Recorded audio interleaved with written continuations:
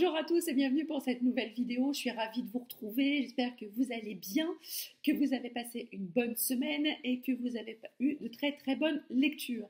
Aujourd'hui, comme vous le voyez, j'ai changé un petit peu de cadre pour tourner ma vidéo, mais là où je tourne habituellement, il y a trop de soleil. Alors, on va pas se plaindre qu'il y a du soleil, sauf que là, là où je filme habituellement, si je reste là où je suis, j'ai le soleil en pleine goule. Donc, je suis complètement éblouie et vous ne me verrez pas du tout et vous ne verrez pas les livres non plus. Donc, une fois n'est pas coutume, je filme juste devant ma bibliothèque, mes étagères. Comme ça, on pourra dire que je suis une vraie booktubeuse, hein, que je filme devant ma bibliothèque, hein, comme les vrais booktubeurs. Oui, alors voilà, je vais faire un petit aparté justement avant de commencer ce point lecture. J'ai mis en ligne la semaine dernière un vlog, parce que le premier que j'avais posté vous avait bien plu. Visiblement, le deuxième a un peu moins séduit les foules. Est-ce que c'est par rapport à ce que je raconte? Est-ce que c'est par rapport au livre présenté? J'en sais rien. Mais, vous allez rire, mais j'ai eu la police de Booktube qui m'est tombée sur le rable. Vous savez, ces gens qui ont un avis sur tout, hein, qui critiquent ce que vous faites, mais qui n'ont absolument pas le courage de faire ce que vous faites. Donc, j'ai eu des réflexions comme quoi ma vie n'était pas intéressante, parce que à part mon travail, mes lectures et le sport, je ne faisais pas grand-chose de ma vie. Certes, mais les gars, je ne vous ai pas attendu pour me rendre compte que ma vie n'était pas intéressante. Hein. C'est pour ça d'abord que je n'ai pas fait une chaîne lifestyle. Tout simplement parce que je n'ai pas un contenu susceptible de plaire aux foules. Hein. Non, puis je ne vais pas vous faire non plus une vidéo où je me peinture les ongles, hein, histoire de faire un peu de buzz, parce que ça n'intéresse absolument personne quand je me vernis les ongles. Hein. Sauf si tu as 14 ans et que ça plaît à tes copines. Là, tu fais le buzz sur TikTok. Hein. Et puis, j'ai passé l'âge aussi de me filmer en micro-short. Hein. J'ai 43 ans, je ne vais pas me balader en micro-short. Voilà, hein, surtout pour présenter des bouquins. Ça n'a absolument aucun intérêt. Qu'est-ce qu'on m'a reproché aussi? Oui, on m'a reproché de faire des vlogs pour gratter des abonnés, pour gagner des abonnés. Chère police de Booktube, ça a plutôt eu l'effet inverse. Hein. J'ai publié mon deuxième vlog lecture, j'ai perdu des abonnés. Donc si je devais gratter des abonnés en publiant des vlogs, eh ben ça se saurait les gars, voilà. Qu'est-ce qu'on m'a reproché? Oui, on m'a reproché aussi de ne pas faire de plans sur mon chat. J'en ai pas. Hein, de faire des plans sur mes animaux de compagnie parce que c'est tout mignon et puis ça attendrit. Oui, ben j'en ai pas. J'ai pas de chat, j'ai pas de chien. J'ai un compagnon et quatre enfants tous les 15 jours. Je vais pas faire tourner des séquences avec eux. Ça n'a absolument aucun intérêt. Et je vais pas non plus prendre un chat pour faire le buzz. Alors je ne dis pas que pour être booktubeur, il faut avoir un chat, un chien ou quoi que ce soit. Non. Donc la police de Booktube, hein, allez voir ailleurs si j'y suis. Voilà, qu'est-ce que j'ai eu aussi oui, voilà, ma chaîne ne grandit pas. Ok, on est à 500 et quelques abonnés depuis quelques mois. Ça n'augmente pas, il y a des fois ça diminue, genre, ça diminue de 10, j'en récupère 3, bon voilà. Non, je ne vais pas faire ma raclure pour aller gratter des abonnés sur des chaînes qui ont des gros comptes. J'ai eu le bonheur de me faire connaître chez Séverine dans ses lives participatifs, mais je ne vais pas aller gratter ses abonnés, je ne vais pas aller lui piquer ses abonnés. Les gens se sont abonnés à ma chaîne parce que ce que je présentais leur plaisait, mais je leur ai pas forcé la main. Hein, je les ai pas forcés à venir. J'ai pas gratté des abonnés. J'ai pas profité de la notoriété de Séverine pour me faire connaître. Au bout d'un moment, voilà, si j'avais voulu faire ma raclure, je l'aurais fait. Hein. Si je fais des lectures communes avec des chaînes qui sont plus grosses que la mienne, c'est parce que ce sont des gens qui ont des goûts de lecture communs avec moi. C'est pas pour leur piquer des abonnés. Hein. Donc, la bien-pensance de Booktube, hein, la police de Booktube, allez emmerder d'autres comptes que le mien. Voilà, c'est tout ce que j'avais à vous dire. Je continuerai sans doute à faire des vlogs lecture. Je ne sais pas quand, mais je continuerai à en faire selon mon emploi du temps et selon ce qui me convient le mieux. Donc, une fois cette mise au point étant faite, je suis désolée d'avoir pris du temps sur ce point lecture, mais il fallait que ça sorte, parce que ça m'a gonflé la semaine dernière. Très concrètement, ça m'a gonflé, parce qu'on prend quand même du temps pour faire le montage, pour faire la miniature, pour essayer de donner du contenu intéressant. Même si ma vie n'est pas intéressante, j'essaie quand même de faire du contenu intéressant. Et visiblement, ça ne plaît encore pas. Donc, franchement, je ne sais plus quoi faire. Sauf à faire ce que j'ai envie de faire, parce que merde, c'est ma chaîne. Et je continuerai à faire ce qui me plaît. Merde, c'est ma chaîne. Voilà. Donc, je vais vous présenter donc les lectures que j'ai faites cette semaine. Je vais commencer par une BD.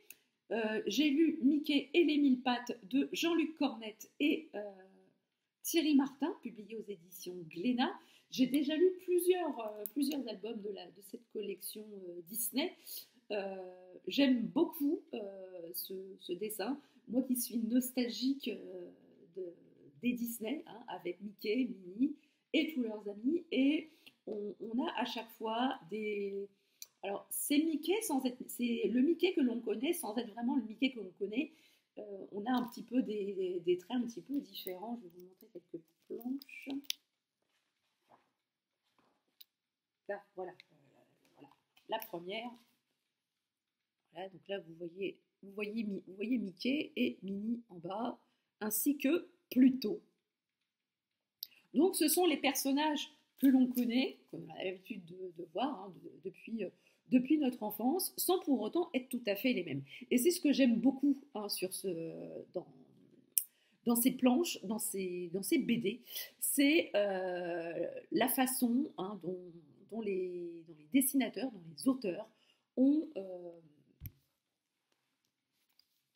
la manière dont ils ont de mettre en scène nos héros. Donc ici, on a 4 petites histoires. On pourrait dire que ce sont 4 épisodes d'une même histoire, parce que c'est quand même, les 4 histoires sont quand même connectées les unes aux autres. Et on suit donc Mickey, Minnie, Pluto, qui sont transposés dans une époque médiévale, on va dire,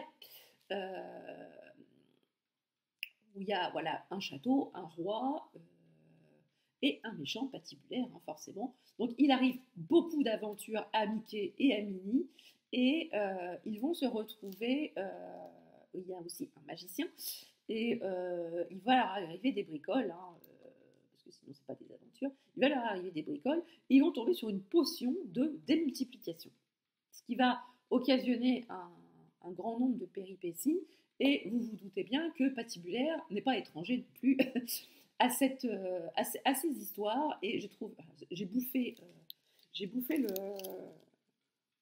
la BD en moins de temps qu'il en faut pour le dire, parce que j'ai été happée par l'histoire, je voulais absolument savoir la suite, et puis comme j'adore Mickey, voilà, je ne vais pas bouder mon plaisir. J'ai beaucoup aimé cette histoire. Voilà, la seule chose que je reproche à cette BD, c'est que c'est trop court. Voilà, c'est beaucoup trop court. C'est beaucoup trop court, et j'aurais bien aimé en avoir un peu plus, parce que j'adore, quoi. Parce que j'adore. Enfin voilà, je vais pas vous en dire beaucoup plus, parce que je vais pas non plus approfondir.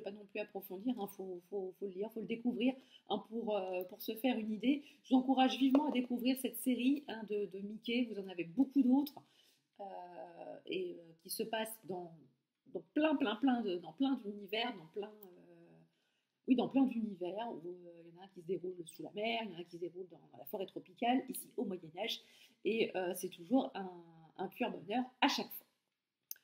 Alors ensuite, je vous en parlais donc lors du précédent vlog, et je pense que j'ai dû terminer le vlog avec cette lecture.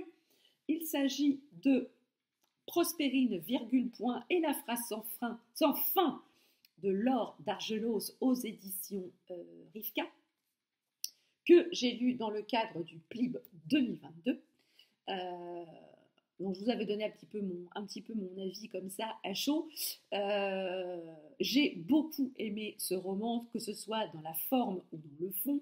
Dans la forme, avec voilà, tout le jeu et oui, voilà, le jeu des typologies, le jeu de la mise en forme, les illustrations aussi qui apportent beaucoup au récit. Et sur le fond, c'est une histoire très originale qui nous transpose à l'intérieur d'un texte qui n'a jamais été achevé, d'où le titre La phrase sans fin.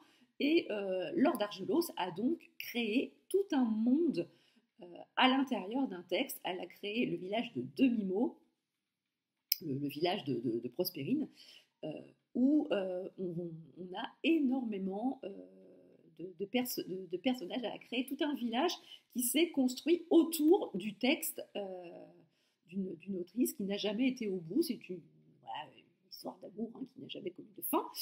Et voilà, tous les habitants du village travaillent à entretenir le texte. Sauf que il arrive qu'une lettre va se casser la figure. Entre autres choses, il va y avoir un meurtre et on va avoir une enquête pour connaître le fin mot de l'histoire. Alors, le fin mot dans la phrase sans fin, voilà, c'est un petit jeu de mots, pas voulu du tout. J'ai beaucoup aimé le personnage de Prospérine qui est un personnage un peu hors norme, déjà dans le village de Demi-Mot, qui est tout aussi hors norme que le personnage en elle-même. J'ai beaucoup aimé son courage, son abnégation et sa volonté indéfectible de sauver son village coûte que coûte. Elle va prendre énormément de risques pour sauver son village, quitte à se mettre en danger elle-même, et elle va faire équipe avec un lointain cousin, un point-virgule et non pas un virgule-point, pour mener l'enquête. On a tout, on a à moitié un cosy mystery à l'intérieur d'un livre. Ce roman va plaire énormément à tous les amoureux de la lecture, à tous les amoureux des mots. C'est vraiment très original, la construction est très originale, les personnages sont hauts en couleur et même la mise en page du roman est absolument très originale. Je pense que je n'aurais pas lu ce roman s'il n'avait pas fait partie de la sélection des 25 du PLIB. Stéphanie de la chaîne Piketty Booking l'avait lu et a vu un énorme coup de cœur dessus. Alors, il est catégorisé en fantasy jeunesse, mais il peut tout aussi bien être lu par des adultes. Il n'est pas réservé à un jeune public. Il peut être lu par tout à chacun. Vraiment, je vous conseille Prospérine, virgule point, pour son originalité. On lit très très peu de romans de ce genre-là. Et justement, quand on tombe sur une pépite comme ça, autant le faire partager à tous. Autre roman que j'ai lu cette semaine, autant vous dire que cette semaine ça a été extrêmement prolifique en termes de littérature.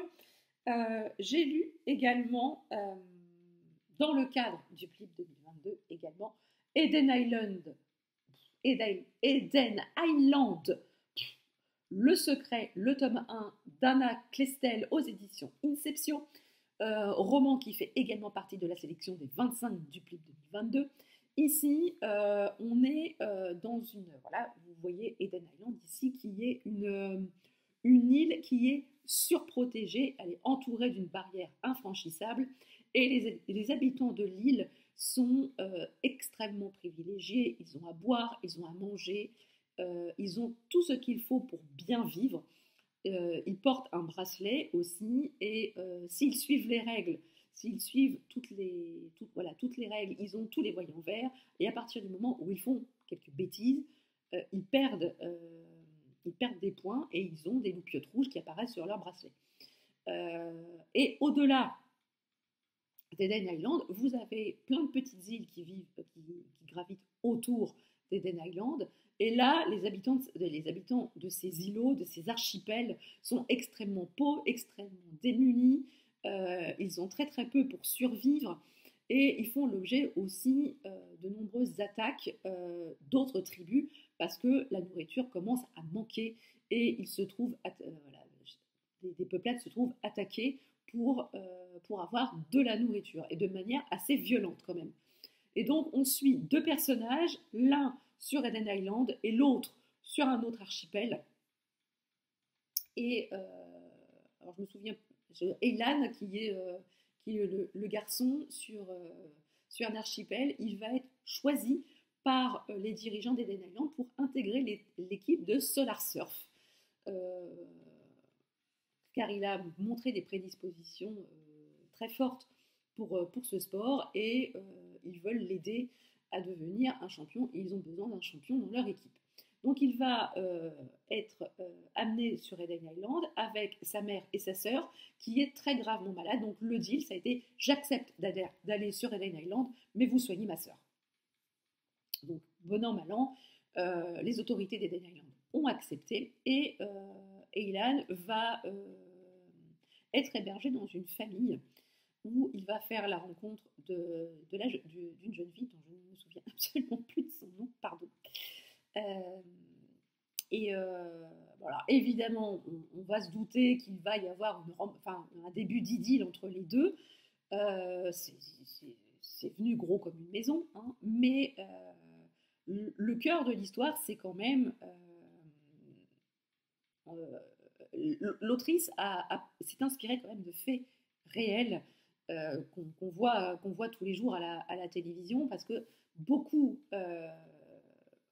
d'habitants des îlots qui sont pauvres aux alentours d'Eden Island essayent par tous les moyens de se rendre sur cette île pour essayer d'avoir un avenir meilleur.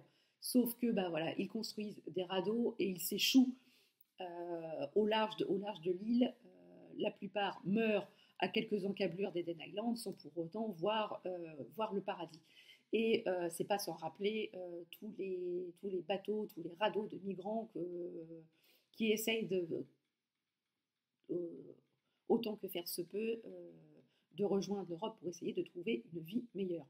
On a aussi tout un aspect sur l'écologie, sur le recyclage, le traitement des déchets. Là, on peut dire quand même que les déchets, tout type de déchets, hein, que tout type de déchets, le recyclage des déchets est poussé vraiment à son paroxysme. C'est une façon de voir les choses, c'est un peu... Mais bon, j'ai beaucoup aimé le message du roman. J'ai évidemment très hâte de lire le tome 2 parce qu'il se passe quand même un certain nombre de choses à la fin de ce tome 1 où on a quand même grandement envie de lire le tome 2. J'ai beaucoup aimé la plume d'Anna Klestel, pourquoi je l'appelle Hélène, je ne sais pas. D'Anna Klestel, c'est très très fluide, ça se bouffe en moins de temps qu'il en faut pour le dire. C'est pour ça que j'ai eu énormément de lectures cette semaine parce que les livres étaient assez courts et que ça se lisait très très bien. J'ai vraiment beaucoup aimé le message et la plume que l'autrice a voulu faire passer dans ce roman. Si vous ne connaissez pas Eden Island, je vous encourage vivement à le lire, ne serait-ce que pour la façon de vivre sur Eden Island, qui n'est pas sans rappeler un petit peu ce qui se passe un peu dans d'autres pays du monde. Je vous laisserai découvrir, hein, on pourra en discuter en commentaire si le sujet vous passionne. Et Anna, si vous passez par là, je serais ravie de discuter un petit peu avec vous de la genèse de ce roman. On va passer à un tout autre style. J'ai lu, dans le cadre, parce que je vous ai déjà dit que je faisais partie du club des ambassadeurs 1221 sur Facebook, j'ai eu la chance de lire en avant-première Apparition de Victor Vincent, donc aux éditions 1221, les éditions numériques de chez Fleuve. Victor Vincent est un mentaliste, illusionniste assez célèbre, français. On l'a déjà vu dans plusieurs émissions à la télé, et j'avoue que j'ai été assez curieuse de découvrir son premier thriller. Donc ici, on fait la connaissance d'Alexander Kreskin, qui est un illusionniste connu et reconnu dans le monde entier.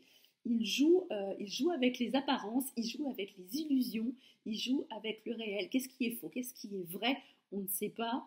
Et il est le meilleur d'entre tous. Il joue dans le monde entier, dans les plus grandes salles, dans les plus grands théâtres. et on apprend un petit peu, à le connaître. Et parallèlement à ça, on a un autre personnage qui s'appelle Sam, dont il est absolument fan d'Alexander, et il va tout faire pour le rencontrer. Et quand il arrive à le rencontrer, Alexander lui fait une proposition. Il lui propose de devenir son élève. Il va lui apprendre tout ce qu'il sait, mais il va falloir bien évidemment qu'il fasse ses preuves. Et, euh, et commence ainsi un petit peu la relation entre ces deux personnages. Alors, j'ai ressenti énormément de malaise en lisant ce roman. Le malaise tient lieu au personnage d'Alexander Kreskin, qui est absolument glaçant. Ce type est d'une froideur sans nom. Il a absolument aucune empathie. Il est froid. On pourrait même dire qu'il est complètement vide à l'intérieur. Il est glaçant, ce type. Voilà, il a vécu des choses pas drôles dans son enfance, mais voilà, il n'y a rien qui le rattrape, il n'y a rien qui le sauve. Il est froid, il est mort. Et Sam, c'est pareil, il a vécu un certain nombre de choses un peu pas drôles non plus dans son enfance. Il a vécu un drame, mais c'est pareil, hein, on n'arrive pas à avoir un peu d'empathie avec lui. Et la relation qui se noue entre eux, c'est maître-élève, mais ça dévie assez rapidement quand même dans une relation entre dominant et dominé, qui est assez glaçante, assez malaisante. On,